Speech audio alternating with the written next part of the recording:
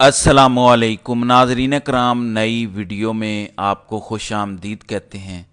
جب آئینی ترمیم کے ذریعے عدلیہ پر حملہ کیا جا رہا تھا، جب مخصوص نشستوں والے سپریم کورٹ کے فیصلے پر عمل درآمد نہیں کیا جا رہا تھا، تو بہت سے لوگ یہ سوال کرتے تھے کہ سپریم کورٹ میں بیٹھے آئین پسند آزاد ججز، اپنے حلف پر چلنے والے ججز آخر کب بولیں گے؟ یہ تمام تر ججز خاموش کیوں ہیں؟ تو مجھ سمیت بہت سے صحافی بار بار یہ کہتے تھے کہ آپ صحیح وقت کا انتظار کریں، یہی ججز جو اس ٹائم خاموش ہیں یہ اپنے فیصلوں کے ذریعے اس پورے نظام کو ہلا دیں گے۔ اطہر من اللہ سپریم کورٹ کے تگڑے جج نے آج پہلے زبردست فیصلے میں آئینی ترامیم کو اڑایا ہے۔ سپریم کورٹ سے اس فیصلے کے حوالے سے کون سی بڑی پیش رفت ہوئی، تفصیلات سے میں آپ کو آگاہ کرتا ہوں۔ دوسری بڑی خبر یہ ہے کہ سپریم کورٹ کے بعد آئینی ترمیم کے حوالے سے پہلا بڑا عدالتی حکم بھی آیا ہے، جس پر آگے چل کر بات کریں گے۔ ناظرین کرام، جب قاضی صاحب سپریم کورٹ میں بیٹھ کر اس نظام کی سہولت کاری کر رہے تھے اور مخصوص نشستوں والے کیس پر عمل درآمد نہیں کروا پا رہے تھے، تو بہت سے لوگ یہ سوال کرتے تھے کہ آخر سپریم کورٹ میں بیٹھے ججز بولیں گے کب؟ جب قومی اسمبلی اور سینٹ میں لوگوں کو خریدا جا رہا تھا کہ کسی طرح 26ویں آئینی ترمیم منظور کر کے سپریم کورٹ کو کنٹرول کیا جائے، کسی طرح سے عدلیہ کو کنٹرول کیا جائے، تو بہت سے لوگ یہ کہتے تھے کہ سپریم کورٹ کے ججز کو رد عمل دینا چاہیے، سپریم کورٹ کے ججز کو بولنا چاہیے۔ میں آپ کو بار بار اپنی ویڈیوز میں کہتا تھا کہ کیونکہ سپریم کورٹ میں قاضی صاحب اس نظام کا سب سے بڑے سہولت کار ہیں، اگر سپریم کورٹ کے ججز بولیں گے بھی، رد عمل دیں گے بھی، تو اس کا فائدہ نہیں ہوگا، کیونکہ سپریم کورٹ میں بیٹھا وہ شخص جس کے پاس زیادہ طاقت، زیادہ اختیار ہے، وہ سپریم کورٹ کے ججز کا ان کے سامنے بولنا بے معنی ہے۔ آپ قاضی کو سپریم کورٹ سے جانے دیں، سپریم کورٹ کی کمان کی تبدیلی ہونے دیں، اس کے بعد دیکھیں گے کہ پچھلے 1-1.5 مہینوں میں جو کچھ عدلیہ پر حملے کیے گئے اور جو کچھ عمل درآمد نہ کرنے کے لیے کیا گیا، یہ تمام فیصلے سپریم کورٹ کے یہی ججز اپنے فیصلوں میں اڑا دیں گے۔ اور اطہر من اللہ نے آج اس کا آغاز کیا ہے۔ ہم سب جانتے ہیں اطہر من اللہ اپنے دبنگ فیصلوں کی وجہ سے، اپنے تگڑے فیصلوں کی وجہ سے جانے پہچانے جاتے ہیں۔ پھر اب تو یحییٰ آفریدی سپریم کورٹ کے چیف جسٹس بن گئے ہیں۔ میں نے آپ کو بتایا تھا کہ اطہر من اللہ اور منصور علی شاہ یہ وہ 2 ججز ہیں جو یحییٰ آفریدی کے ساتھ ایک لا فرم چلاتے تھے 2008 میں، جس لا فرم کا نام تھا آفریدی، من اللہ اور شاہ۔ یعنی یہ تینوں جس ٹائم وکیل تھے تو یہ چلاتے تھے، یہ پرانے دوست ہیں۔ اب کمان کی تبدیلی ہوتے ساتھ ہی سپریم کورٹ میں اطہر من اللہ کا پرانا دوست چیف جسٹس بنا، تو اطہر من اللہ نے بھی اپنے فیصلوں کے ذریعے پارلیمان کو، حکومت کو اور اس نظام کو جواب دینا شروع کیا۔ آج اطہر من اللہ نے ایک اضافی نوٹ لکھا ہے، گو کہ وہ ایک پرانے فیصلے کا اضافی نوٹ ہے جو معلومات تک رسائی کی درخواست تھی، سپریم کورٹ اس کے اوپر اپنا فیصلہ دے چکا ہے۔ قاضی صاحب کی سربراہی میں یہ بینچ بنا تھا، 3 رکنی بینچ تھا، جس میں اطہر من اللہ، عائشہ ملک یہ دونوں تھے۔ اطہر من اللہ نے آج اس فیصلے پر اپنا ایک اضافی نوٹ لکھا اور اس میں انہوں نے 26ویں آئینی ترمیم کو اڑا کے رکھ دیا۔ آپ کو یاد ہوگا، میں نے آپ کو کل بھی ویلاگ میں بتایا تھا کہ سپریم کورٹ میں نئے چیف جسٹس نے جو پہلا فل کورٹ اجلاس بلایا، اس سے پہلے ایک غیر معمولی فل کورٹ اجلاس ہوا تھا سپریم کورٹ کے انٹری روم میں، جہاں پر سپریم کورٹ کے عملے کو اجازت نہیں تھی۔ اس اجلاس کے اندر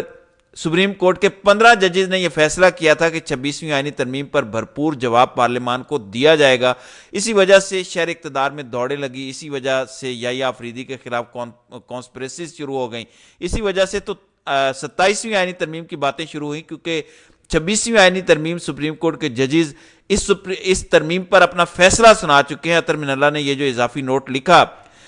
اس میں انہوں نے لکھا کہ آرٹیکل 8 ریاست کو ایسی قانون سازی سے روکتا ہے جو بنیادی حقوق کو ختم یا محدود کرے۔ یہ جو پہلا جملہ ہے، یہی سمجھنے کے لیے کافی ہے کہ سپریم کورٹ کے وہ تگڑے ججز جو کسی وجہ سے پچھلے کچھ عرصے سے خاموش تھے، کیونکہ سپریم کورٹ میں بیٹھا ایک شخص اس نظام کی سہولت کاری کر رہا تھا، وہ کسی کو بولنے نہیں دے رہا تھا، تو انہوں نے اب بولنا شروع کر دیا ہے۔ اطہر من اللہ لکھتے ہیں کہ سپریم کورٹ آف پاکستان بنیادی حقوق کے تناظر میں دیگر اداروں کے اقدامات کا جائزہ لیتی ہے۔ یعنی سپریم کورٹ کے پاس یہ اختیار ہے کہ وہ دیگر اداروں کے اقدامات کا جائزہ لیتی ہے۔ یعنی یہ انڈائریکٹلی اطہر من اللہ نے میسج دیا کہ اگر پارلیمان کوئی قانون سازی کر بھی لے، ترمیم کر بھی لے، تو یہ بالآخر سپریم کورٹ کے پاس اختیار ہے کہ وہ اداروں کی قانون سازی اور اقدامات کا عدالتی طور پر جائزہ لے۔ پھر اطہر من اللہ لکھتے ہیں کہ یہ ناقابل تصور ہے کہ سپریم کورٹ سے بنیادی حقوق چھین لیے جائیں۔ یعنی آپ سپریم کورٹ کے بنیادی حقوق نہیں چھین سکتے۔ پھر لکھا کہ سپریم کورٹ کی قوت صرف عوام کا اعتماد ہے، عوامی اعتماد ختم ہوا تو عدلیہ کی آزادی کمزور پڑ جائے گی۔ اطہر من اللہ نے معلومات کی رسائی کی درخواست کا جو فیصلہ تھا اس میں ایک اضافی نوٹ کے ذریعے آئینی ترمیم کے حوالے سے یہ سخت ریمارکس دیے ہیں۔ دیکھیں سپریم کورٹ کے تقریباً 15 ججز کے خیالات 26ویں آئینی ترمیم کے حوالے سے وہی ہیں جن کی عکاسی اطہر من اللہ نے اپنے اضافی نوٹ میں کی ہے۔ دلچسپ بات یہ ہے کہ جو اطہر من اللہ نے لکھا اسی سے ملتے جلتے خیالات یا آفریدی کے ہیں جو انہوں نے فل کورٹ میں پیش کیے، اور دیگر 17 میں سے 15 ججز ایسے ہیں جو سمجھتے ہیں کہ 26ویں آئینی ترمیم کو اڑا دینا چاہیے کیونکہ اس کے ذریعے عدلیہ پر حملہ کیا گیا۔ اس پر خاموشی نہیں ہوگی، اور پچھلے 3-4 دنوں میں آپ کو سپریم کورٹ سے کم از کم یہ تاثر ملا کہ اب عدلیہ کو کنٹرول کرنے کے لیے، حملے کرنے کے لیے، ججز کو مینج کرنے کے لیے جو پلان بنایا جا رہا تھا اس پر عمل درآمد ہوتا نظر نہیں آ رہا۔ پھر دوسری خبر، سپریم کورٹ کے ایک طرف سپریم کورٹ کے جج نے اضافی نوٹ لکھا ہے۔ ابھی سپریم کورٹ میں درخواستیں آئینی ترمیم کے خلاف ٹیک اپ نہیں ہوئی کیونکہ منصور علی شاہ کل شام وطن واپس پہنچے۔ پہلے پریکٹس اینڈ پروسیجر کمیٹی کا اجلاس ہوگا، یا آفریدی، منصور علی شاہ اور منیب اختر، یہ درخواستیں جو پچھلے ایک ہفتے کے اندر سپریم کورٹ میں جمع ہوئیں ان درخواستوں پر بینچز بنائیں گے، ان میں سے کن کن درخواستوں کو ٹیک اپ کیا جائے گا یہ ججز مشاورت کریں گے، اس کے بعد کیسز سماعت کے لیے مقرر ہوں گے۔ تو ٹیکنیکلی سپریم کورٹ میں بھی آئینی ترمیم کا معاملہ ٹیک اپ نہیں ہوا، لیکن اس کے باوجود ایک عدالت سے اس آئینی ترمیم کے خلاف پہلا عدالتی حکم آ چکا ہے، اور وہ پہلی عدالت ہے سندھ ہائی کورٹ۔ بڑی انپریسیڈنٹڈ موو ہے کہ سندھ ہائی کورٹ میں بھی آئینی ترمیم کے خلاف درخواستیں جمع ہوئیں، اور حکم یہ آیا ہے کہ attorney general of Pakistan Mansoor Awan, advocate general Sindh, وزارت قانون، حکومت پاکستان، یعنی وہ تمام تر قانون سے جو ریلیٹڈ لوگ ہیں یا اس آئینی ترمیم سے ریلیٹڈ لوگ ہیں ان کو نوٹسز جاری کر دیے ہیں اور اسے سماعت کے لیے مقرر کر لیا ہے، اور 2 ہفتے کے لیے فری کین سے جواب طلب کیا ہے۔ 2 ہفتے کے اندر سندھ ہائی کورٹ نے یہ مہلت دی ہے کہ آپ اپنے جواب جمع کروائیں۔ اب آئینی ترمیم کے حوالے سے جو شکوک و شبہات بڑھ رہے ہیں، جو اس کے اندر ایسی شکیں ہیں جن سے پتہ لگ رہا ہے کہ آئینی ترمیم کا جو ڈرافٹ تیار کیا گیا کسی ایسے شخص نے تیار کیا جس کا قانون سے کوئی تعلق نہیں تھا۔ اتنی پیچیدگیاں، اتنا بگاڑ ہے، اور آپ کو یاد ہوگا میں بار بار یہ بات کرتا تھا کہ حکومت نے آئینی ترمیم تو کر لی، لیکن اب یہ جو آئینی پیچیدگیاں آ گئی ہیں، جو آئینی کرائسس آ گیا ہے، ان تمام تر سوالات کا جواب خود حکومت کے پاس نہیں ہے کیونکہ حکومت نے یہ ڈرافٹ تیار نہیں کیا۔ سبھی جانتے ہیں کہ کمپنی سرکار نے یہ ڈرافٹ تیار کیا۔ تو سب سے امپورٹنٹ بات یہ ہے کہ ایک طرف سپریم کورٹ کے ججز آئینی ترمیم کے حوالے سے اضافی نوٹ لکھ رہے ہیں، فل کورٹ میٹنگ میں بات ہو رہی ہے کہ 26ویں آئینی ترمیم کو ٹیک اپ کیا جائے اور میرٹ پر اس درخواست کو سنا جائے۔ یا آفریدی جو اس ٹائم سپریم کورٹ کے چیف جسٹس ہیں، گو کہ وہ خود اس آئینی ترمیم کی وجہ سے چیف جسٹس بنے، لیکن یہ ان کی گریٹنس ہے، وزاداری ہے کہ وہ پھر بھی اس آئینی ترمیم کے خلاف درخواستوں کو ٹیک اپ کروانا چاہتے ہیں اور اس پر سماعت کرنا چاہتے ہیں۔ یہ بڑی بات ہے، کم از کم وہ قاضی کی طرح کم ظرف شخص نہیں ہے جس طرح قاضی نے آرٹیکل 63A نظر ثانی والا فیصلہ صرف اس وجہ سے کالعدم قرار دیا کہ اپنی ایکسٹینشن مطلوب تھی۔ قاضی نے تو جو کچھ کیا وہ تو سب کے سامنے ہے۔ 26ویں آئینی ترمیم کے خلاف پچھلے 24 گھنٹوں میں 2 بڑے فیصلے ہوئے ہیں۔ پہلا، اطہر من اللہ نے اپنے اضافی نوٹ کے ذریعے اپنا مائنڈ کلیئر کیا، وہی مائنڈ سپریم کورٹ کے دیگر ججز کا ہے۔ دوسرا بڑا حکم سندھ ہائی کورٹ سے ہے، یہ پہلا بڑا عدالتی حکم ہے آئینی ترمیم کے حوالے سے، اور سندھ ہائی کورٹ نے پہل کی ہے اس معاملے پر، اور 2 ہفتے بعد تمام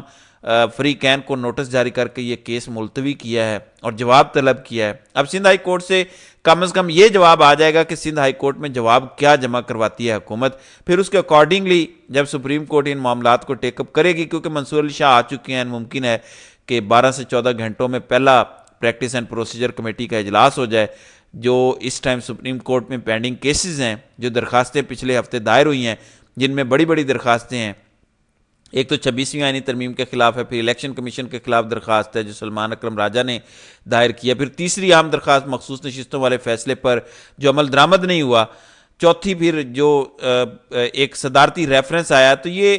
4 درخواستیں پچھلے ایک ہفتے کے اندر سپریم کورٹ میں دائر ہوئی ہیں۔ اب ان 4 درخواستوں میں سے کن کن درخواستوں کو سماعت کے لیے مقرر کیا جائے گا، اس پر کون کون سے بینچز بنیں گے، یہ اگلے 10 سے 12 گھنٹوں کے اندر آپ سب کو سمجھ آ جائے گا۔